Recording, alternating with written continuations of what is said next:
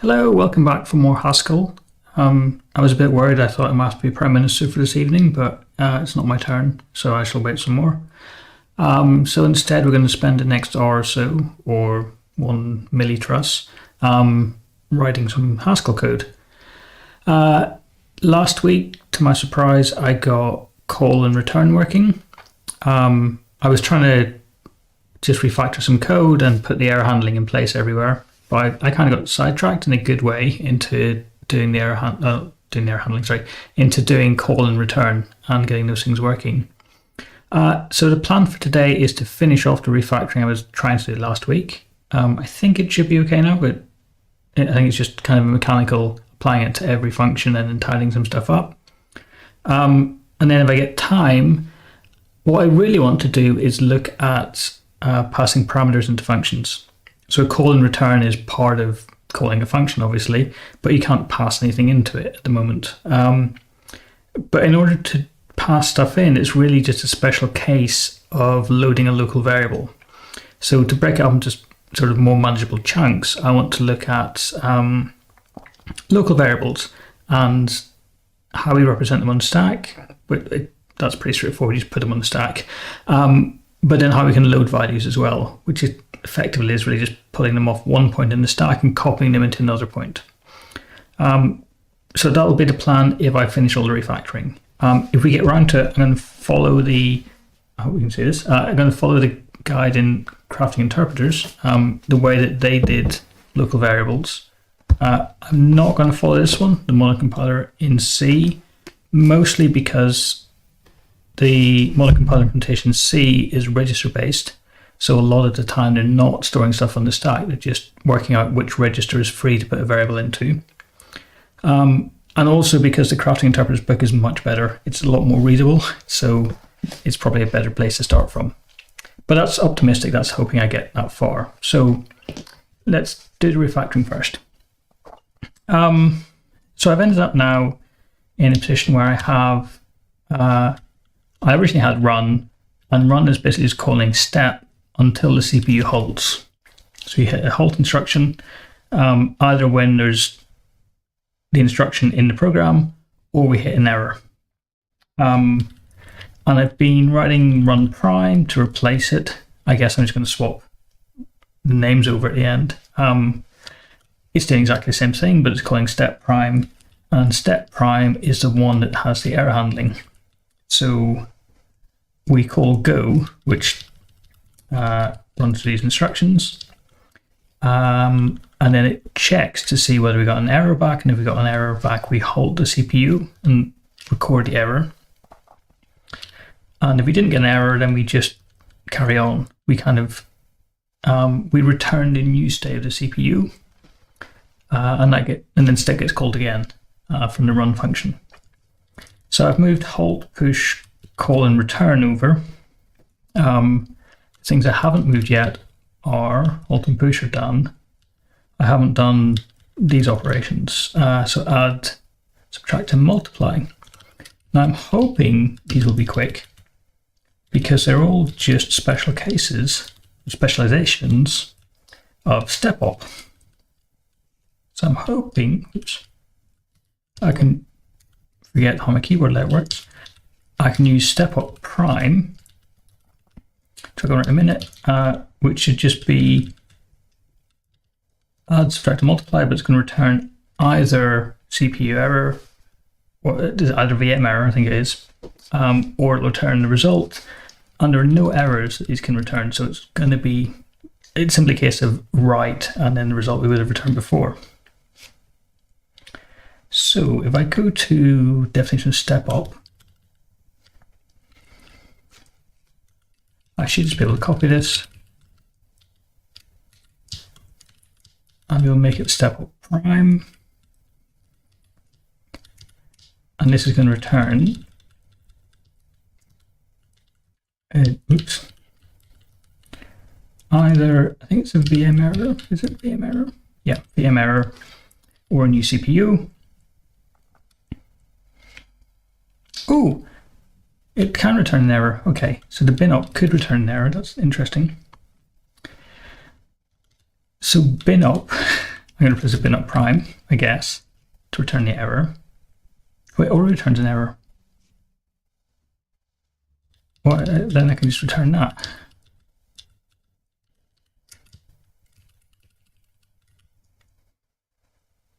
Not quite, it doesn't return a new stack.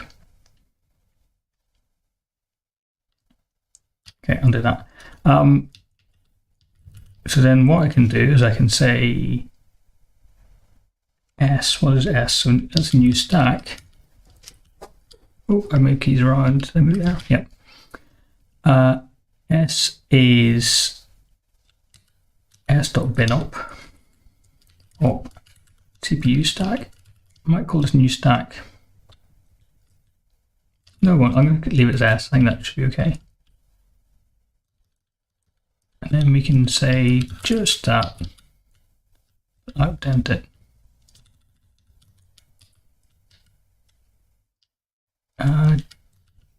Just that. No, pure that is what I meant to say. Will it put it in one line? It will not. Okay.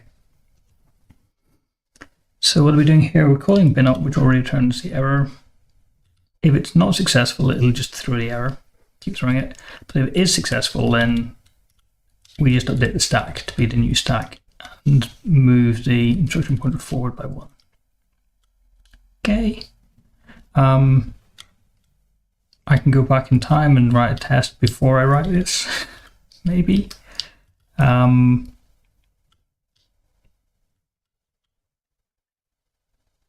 So I actually think all of these are not part of error handling, they're part of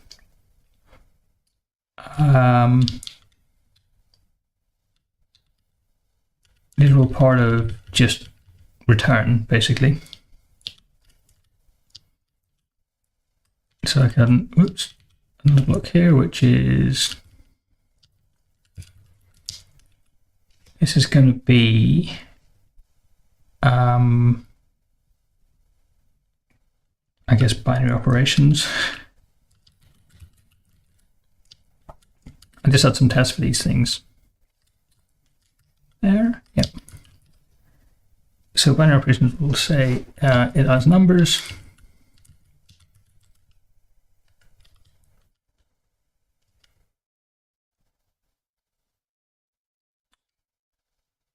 Oh, we have like a multiplication thing above. So I can just grab that for a second, pop in there, and we can say vm.run prime should be 6.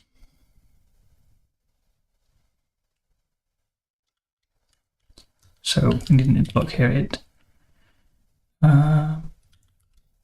multiplies numbers.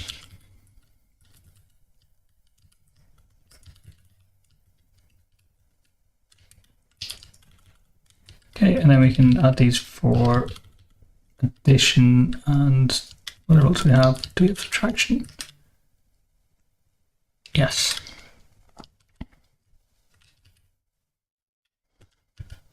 So it adds numbers. So we'll push 2 and 3 and we'll do vm.add and 2 plus 3 should be 5. And then it subtract numbers. I'll just swap them around to make it. Oh, subtraction is this way around. Come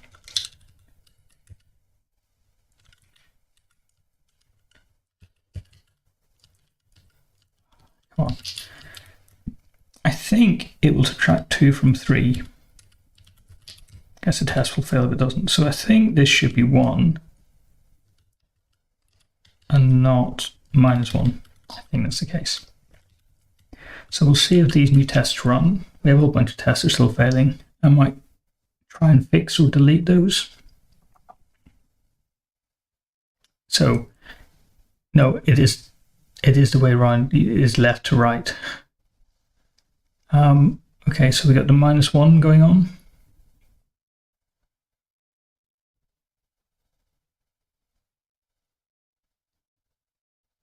I'm not sure why run prime is returning right and then this thing rather than the actual answer, but we'll look at it in a minute. So just looking at these things. So construct numbers expects right 4, and it got right 4 stack empty. That's a bit strange. Well, that's the calculate thing, right? Sorry, we're into here, the VM stuff. So VM multiplies number 6, and you get right 6 stack. So it's not, run prime is not extracting the answer, basically. It looks like it. So we go back into here.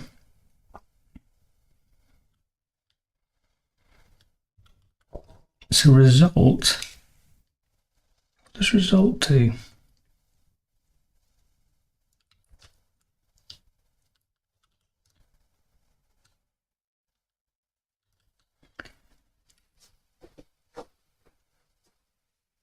Okay, result apparently, if it's an error, will show the error.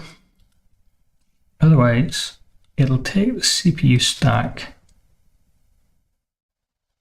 and it will pop. So I have to stack, but pop is not right. Pop doesn't just give you back an answer anymore. We probably want pop prime to start with.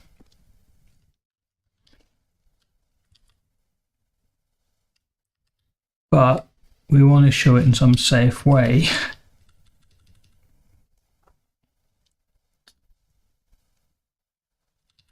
So we could say show, it's kind of the last thing on the stack.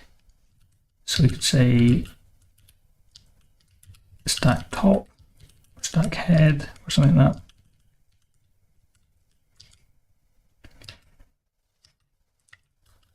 Where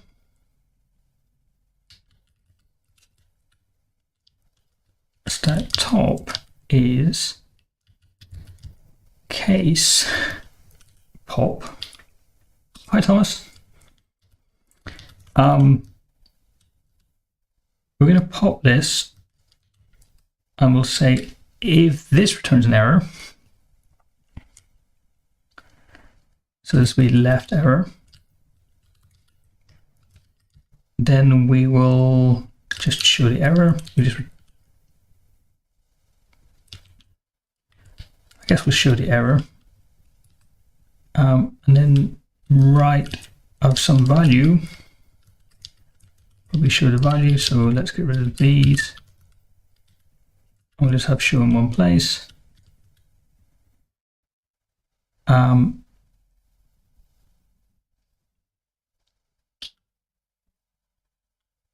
that's interesting. It couldn't match type VM error with actual type int. Oh yes, okay. So if we do successfully pop, we're going to get a value on the rest of the stack. So we're getting closer. We do need the shows in here because we want to return a string each time. We don't want to return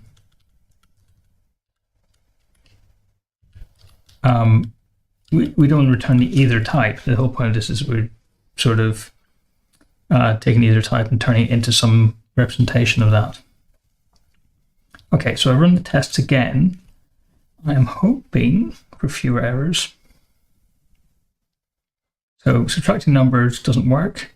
Expected one got -1, but that's okay. It's because of the order of my operations. We can just fix that. And then all these other tests are because we are now returning, I guess we're calling the old show. So I'll try and swap old and new show over, old and new run over. So I'll get rid of run together and just make run prime the only entry point. And I think that'll fix a lot of the problems. Or forget, I'm going to fix this test. So this should be a -1. And I can get rid of it multiplies numbers, which is broken anyway, but I get rid of that because we don't need it anymore because we got multiplication down here. And then a lot of the tests are broken to the calci ones because they will call run and it'll return the result of popping the stack at the very end and popping the stack now returns either an error or success. Okay, so let's tie this up a bit. I'm going to get rid of, this is a bit long for one line. Okay, so I'm going to get rid of run prime and step ret prime. Don't think that should be exposed anyway. At some point we might get rid of nonsense, but I quite like having it around. Okay, so we'll ditch this and we'll just say, whoops, I must learn to type someday, or stop changing my keyboard layout. We will call step rather than step prime, but we will now use the new definition of step. Then we should have a whole load of unused things in this file.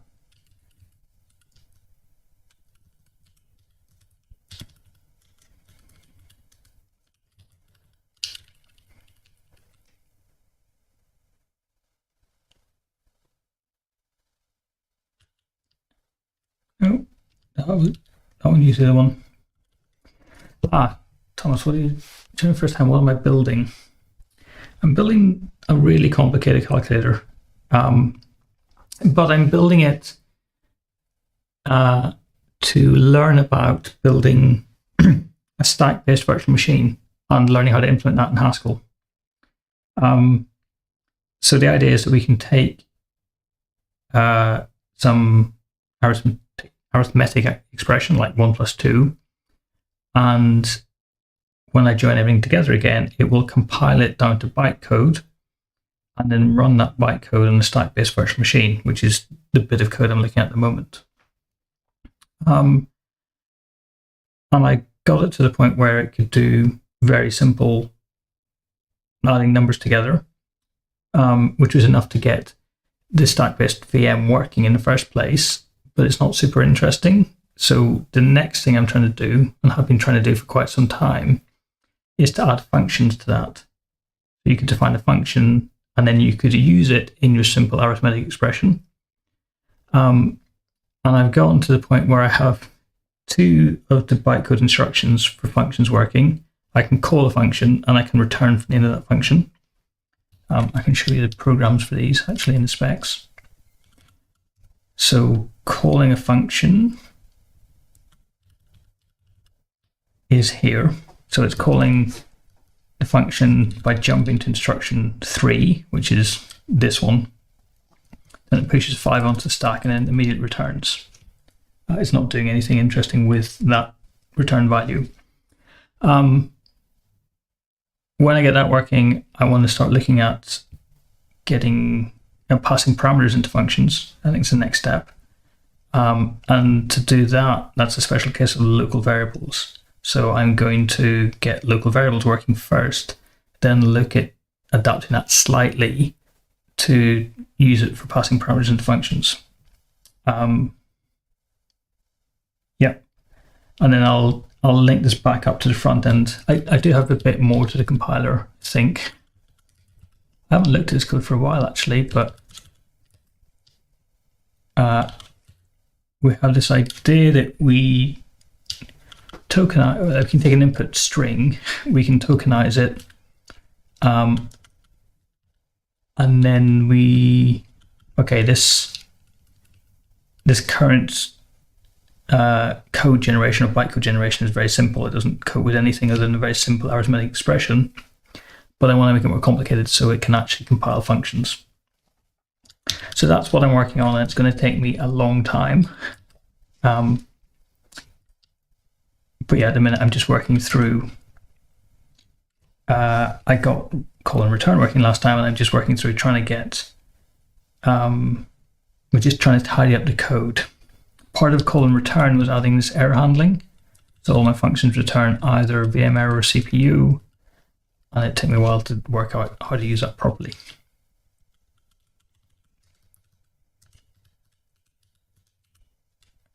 So a lot of this is going to be refactoring and tidy up code. So just creating errors and fixing them, I guess. Step push, I can just change this either VM error or CPU. Yeah, in terms of not having done Haskell before, the stream originally started so that I would force myself to write some Haskell every week, so I'd actually get around to learning it.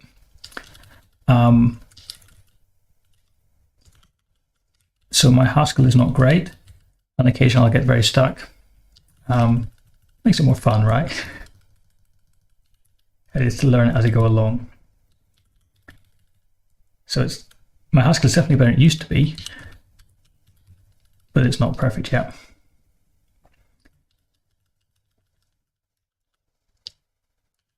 Isn't all programming creating errors and fixing them? Yeah, I guess so. I don't always fix them, in my defense. I quite often just create errors and then change teams. That seems like a more efficient way of doing it.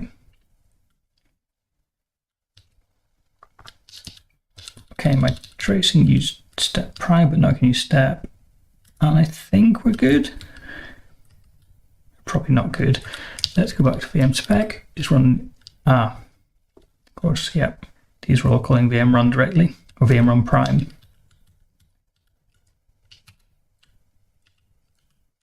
We can just get rid of those.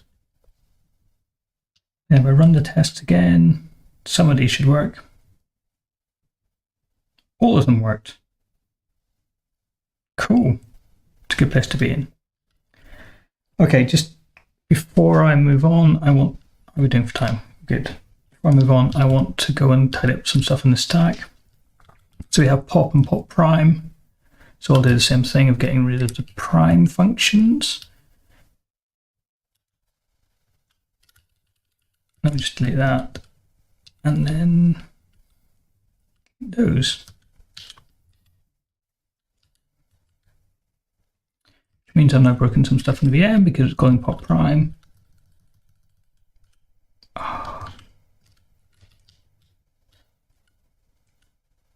Somewhere down here, yep.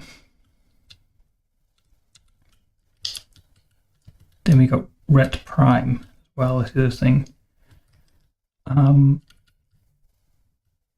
Which interestingly I didn't seem to be exporting. Confused by that now.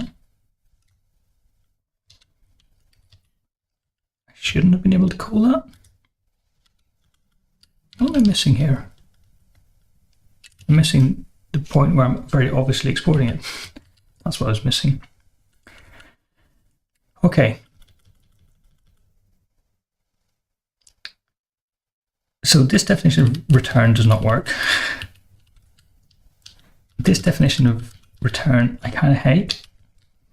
I'm happy with jump, but I don't think return belongs in the stack. Or does it? No, maybe it does actually, because it's hiding the concept of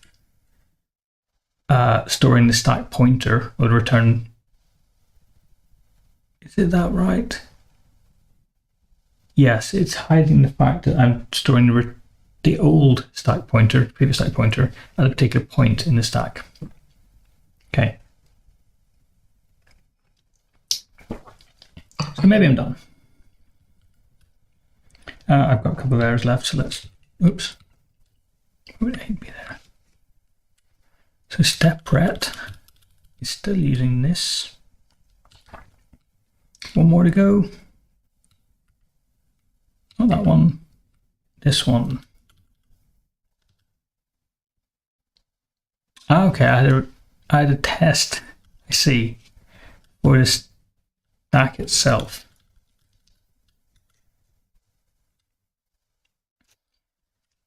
So we don't get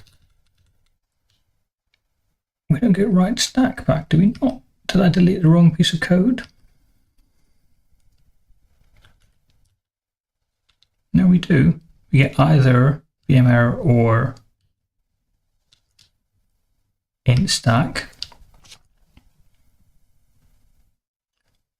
And it says couldn't match int stack. Oh, with actual type stack. Okay. So we are returning the top element from the stack. So this is probably going to be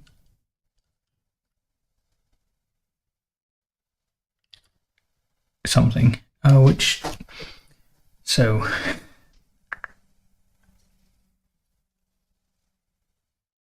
return 2, so we're going to turn to this point.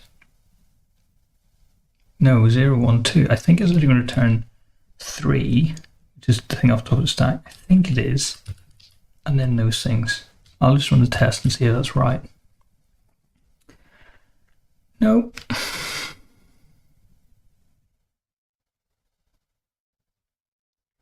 No instance for is string VM error. Where's my literal popping empty stack? Okay. This is some of the code I've kept behind. Maybe in pop. So pop used to return a string. It used to be like a return left and then a string containing error. I turned it into a typed error, and somewhere here, apparently, according to the errors, this is no longer the case. It's no longer a string that we're returning. No. So it's going to be empty stack.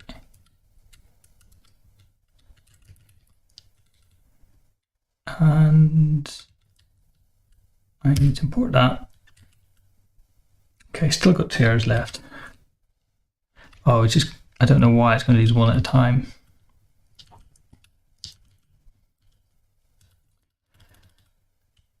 So this is going to be, what's the string? Return to invalid stack position. It's probably just invalid stack position. I can't remember what I changed that to. I could go and look, I suppose.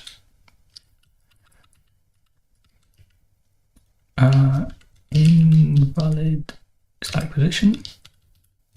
No one's on stack, should be empty stack, I think.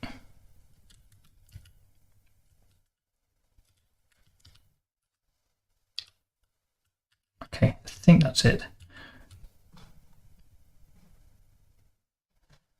One failure. And I missed. Okay. Out by 1 in that. So here we return to position 2, and when you call return, it takes this element and pops it off and gives it back to you, because this is the instruction pointer for the next instruction that we just temporarily stored on the stack. Like, not the return knows that, it just knows it has to return something. Oh yes, okay, so it also used to give you a result back as well at the top of the stack, but it doesn't do that anymore because I decided that wasn't its behavior. Okay. Cool. So if you haven't followed along, that's probably going to be a bit confusing because it's just refactoring bits of code I've been writing over the past few weeks, but we'll move on and start something new. I will commit this stuff. So what have we done here? It's quite a lot of work, actually. It's like a few episodes worth. But it's essentially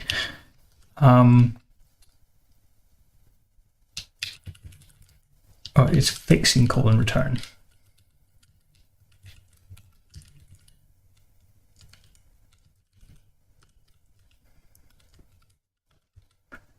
I mean, say as part of this work, I added error handling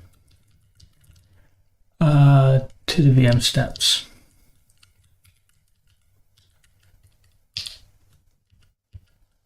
I think I also split stuff out into the stack stuff into its own module, but I guess that's good enough. Okay, so next.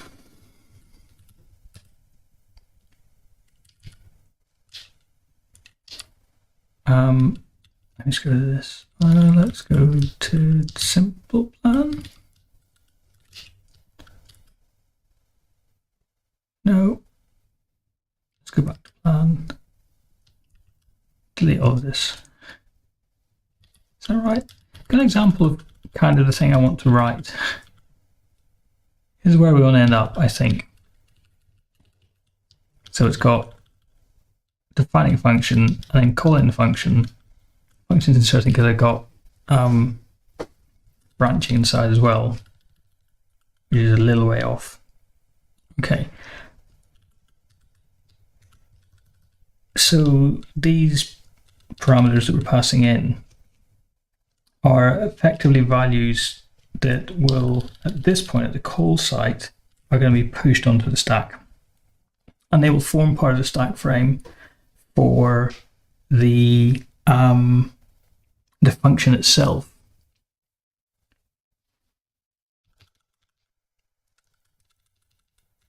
These kind of mean nothing in terms of the bytecode. They will disappear by that point, but they tell the compiler that X is the first argument passed in and Y is the second argument passed in. And then when we reference them, when we say Y here, we will need to go and load that variable. And what that really means is taking it off the stack from that particular address and then putting it back onto the head of the stack so that it can be used in this comparison. In this case for X, this is kind of interesting. So what we do is we take whatever this address ends up pointing to in the stack, we grab that value and put it on the head of the stack, and then we recursively call this function. Recursive calling is going to be a nightmare.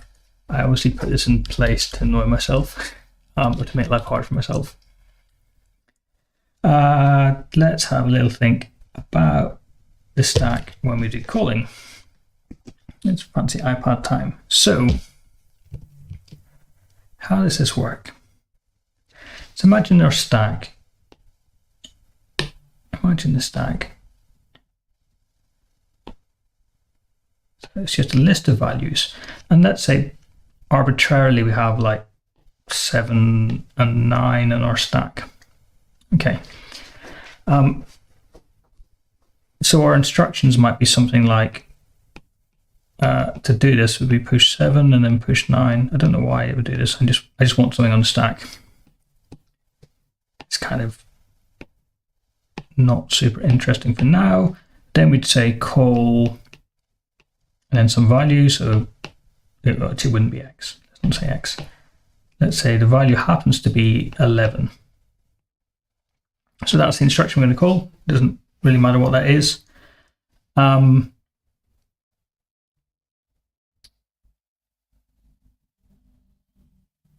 7 and 9 are relevant, sorry. What am I thinking here? When I call the function, before I call the function,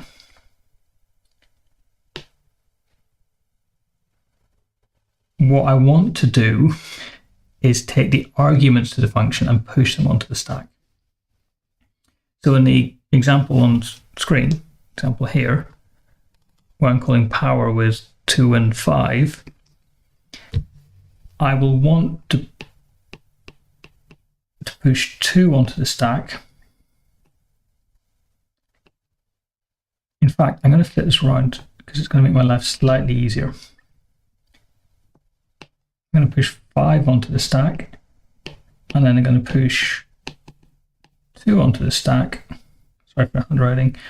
Imagine the program continuing, and then we're going to say call, and then we'll call some arbitrary value. Doesn't matter. This is an instruction pointer, so it doesn't affect the stack at all. So our stack pointer is going to be interesting. Okay, we push 5 on and then we push 2 on. Our stack pointer is currently, actually, our stack pointer at this point is here. Okay, then we say call x. So what we're doing is taking our return address, which in this case is 1, 2, 3, 4, 5, 6, 7, 8, 9, 10, pushing that onto the, it'll be 11, annoyingly. It's the instruction after. So 11, so this is, the 11 is pointing here. It's saying when you finish calling your function, pick up at this point in the program. And then there'll be whatever the function needs to run. So it'll push its own stuff onto the stack at that point. Now, at this point, what I've been doing is saying that this is the new stack pointer, the new stack frame. Okay, and then when we return from the function, the bit that's maybe important is that the stack pointer, which was initially pointing to 0, now points here. My implementation is a bit incomplete instantly because I don't store the stack pointer each time, so I can't pop that back. So I need to come back and fix that at some point, especially when you have functions calling other functions or recursive functions as well. Anyway, at the point which we call it, we effectively have this stack frame, which means we start from this point here. And we know that we are using the first element in there for the return address, the instruction pointer that we're going to set when we return from the function. Okay, so what we need to do in our compiler, which will be a thing for a future week, is we need to just pop back to the function for a second. You can see the function takes 2 arguments, x and y. So because it's got 2 arguments in the compiler, I need to remember, I need to have some lookup table that says, x is -1 and y is -2. And these are addresses from the stack pointer, offsets from the stack pointer. So when the code uses an x, we can have an instruction.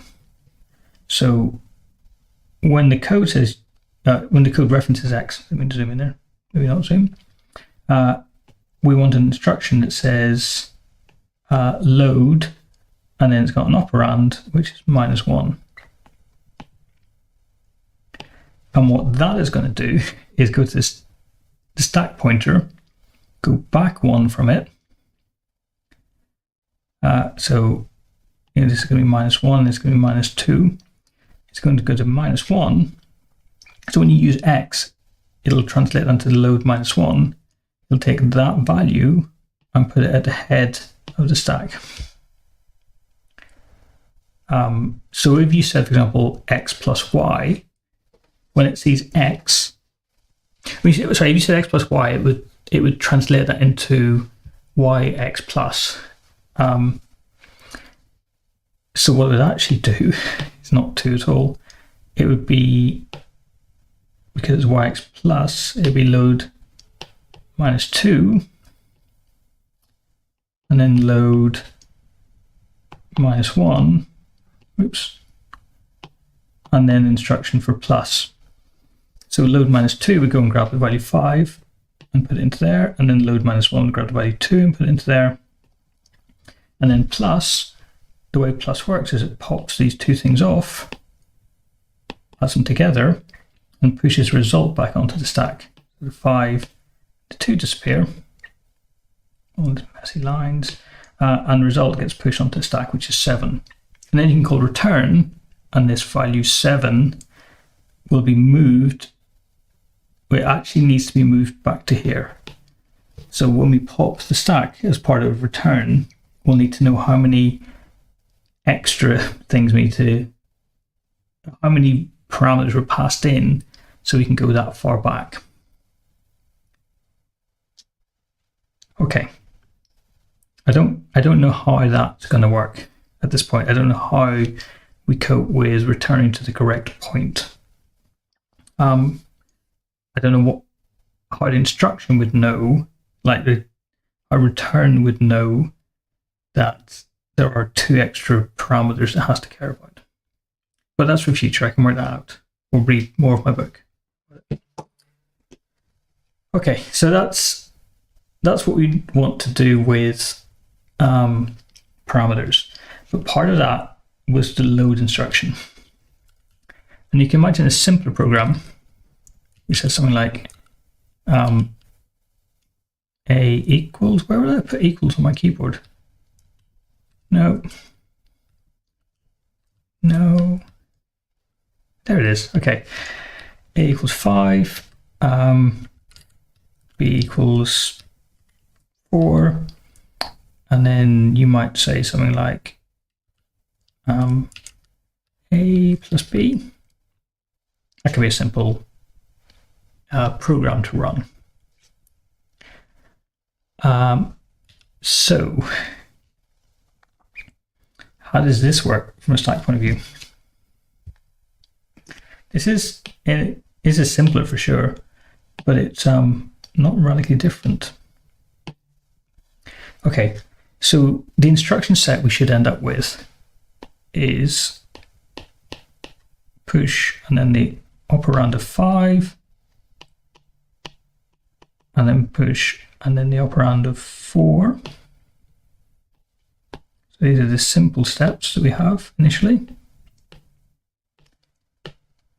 And then we'll continue in the next line, and A plus B, what that's going to result in is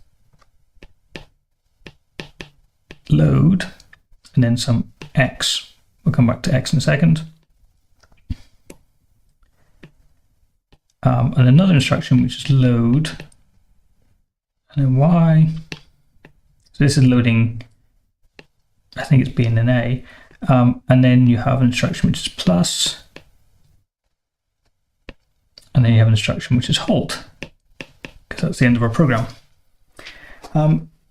So these things, X and Y, what we actually want to load are the correct positions on the stack. Now, stack at this point this is kind of a silly program, right? Defining 2 variables and adding together doesn't do very much. But the way it's going to work on the stack is you push 5 onto the stack, so that becomes your stack. Then you push 4 into the stack, and this becomes your stack. Now, loading A, so it's A plus B, or I think it gets translated to BA plus. So you want to load B first, which is this value 4, this value.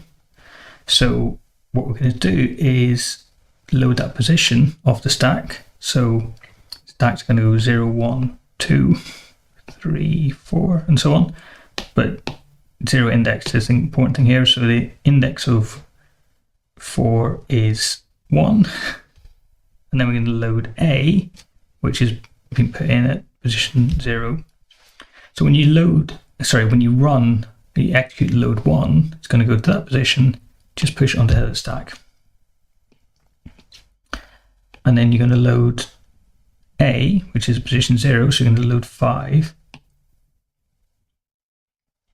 Then you're going to run plus, and what plus does is it pops these 2 things off and adds them together, and then pushes the result onto the stack. So we pop 5, we pop 4, we add them, we get 9, and we push that back onto stack. So that should be our final stack after we run this program.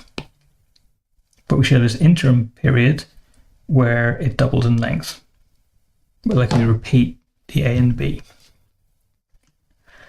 So that's what I want to try and write.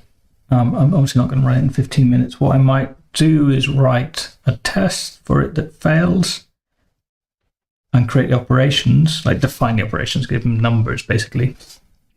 And then make sure it's filling with unrecognized instruction, or maybe just give me the wrong answer. And then next week, I'll come back and pick that up and try and implement it. It's a plan. VM spec. What I might do during the week as well is read more of my book on interpreters and discover I'm thinking about this whole thing incorrectly, and end up rewriting it, but it'll be a journey. Okay, So load.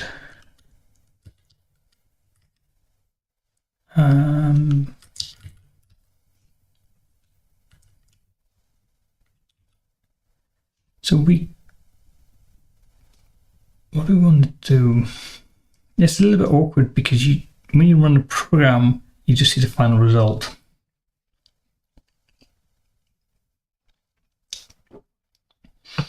So what I might do is put a load of crap onto the stack so that we can access not just the last two elements, but like two earlier elements. So what it really does is it copies values to the head of the stack. And I'm going to prove this by putting the stuff on the stack, loading a couple of values, and then calling add, making sure it adds the correct values.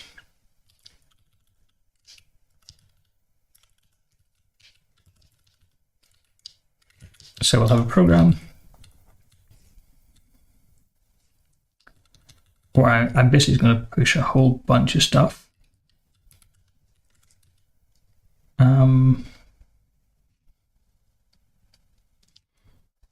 Let me make this easier to think about. So we're 2, 3, 4.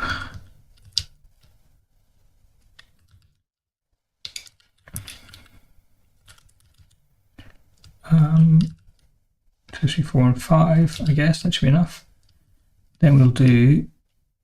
The instruction doesn't exist yet, but we'll say vm.load, and I'm going to load something from position 0,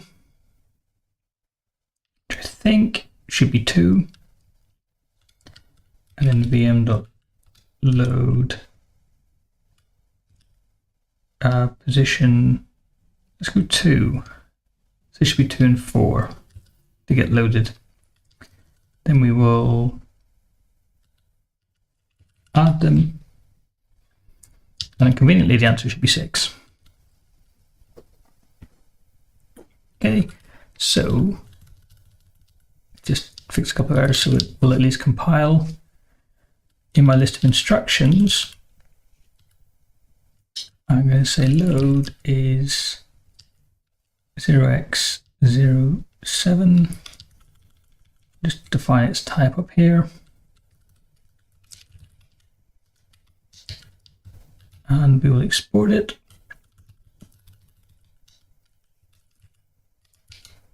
Put it before nonsense.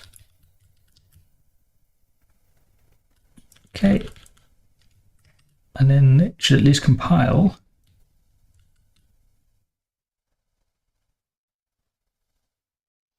Get one failure, which is unrecognized instruction 7, and 7 is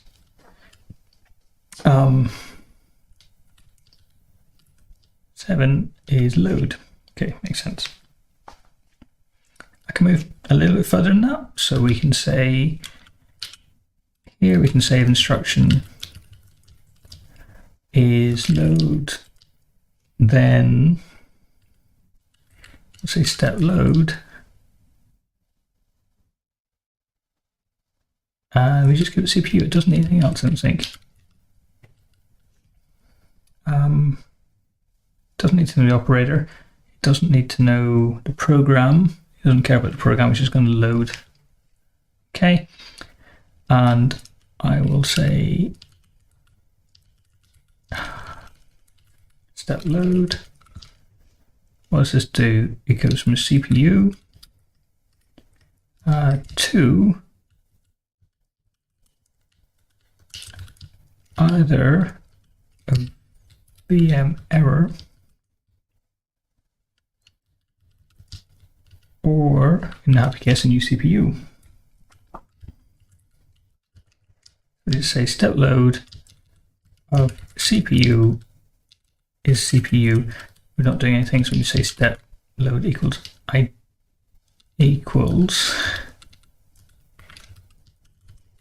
pure ID. Wow. It does not like that. Oh, it's pure after ID. That's why. Maybe, yeah. Thomas, a little bit of Haskell. So I can just I give a definition of this function. So step load, it takes a single argument, which is CPU.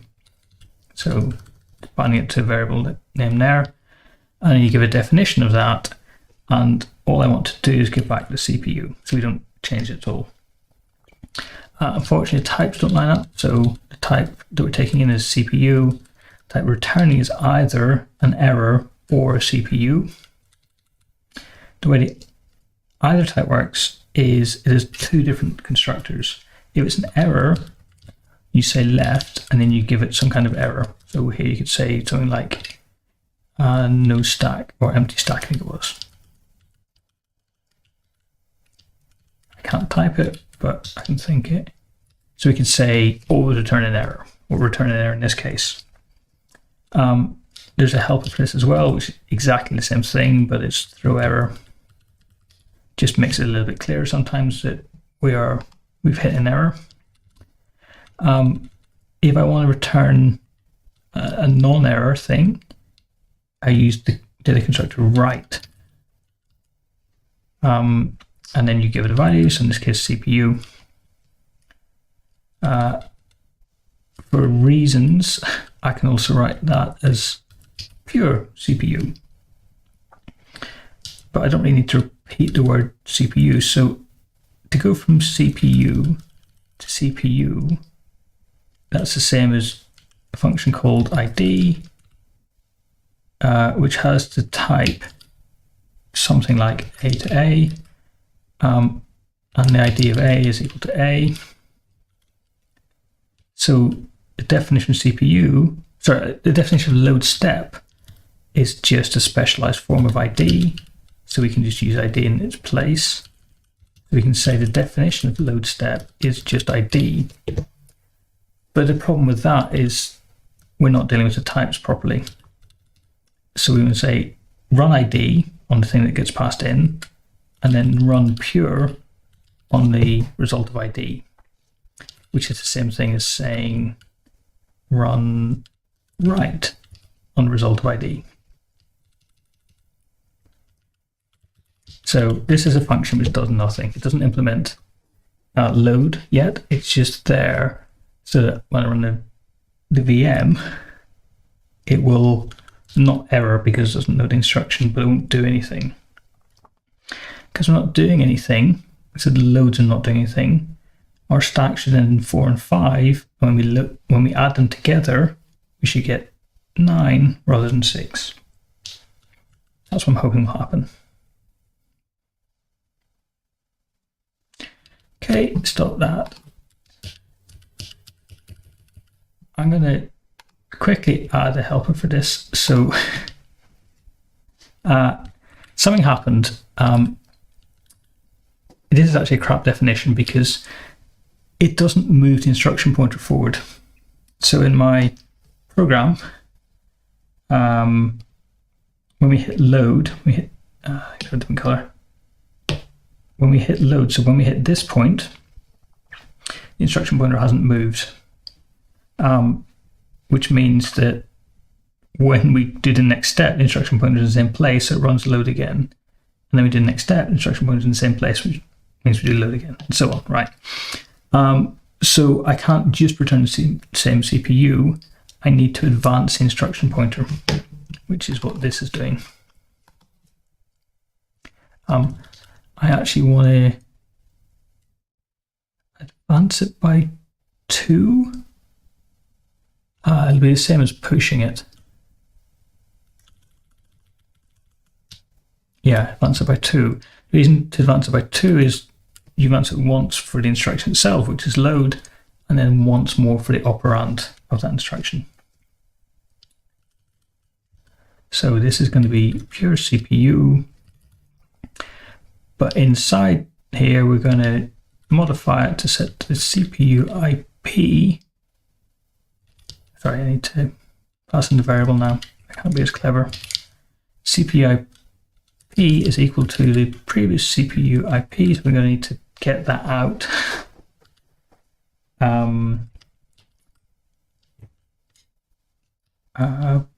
Plus 2. Okay. So to get it out, we need to do this destructuring nonsense.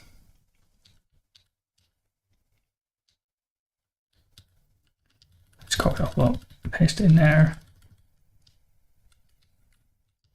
And we're not using the stack in this function.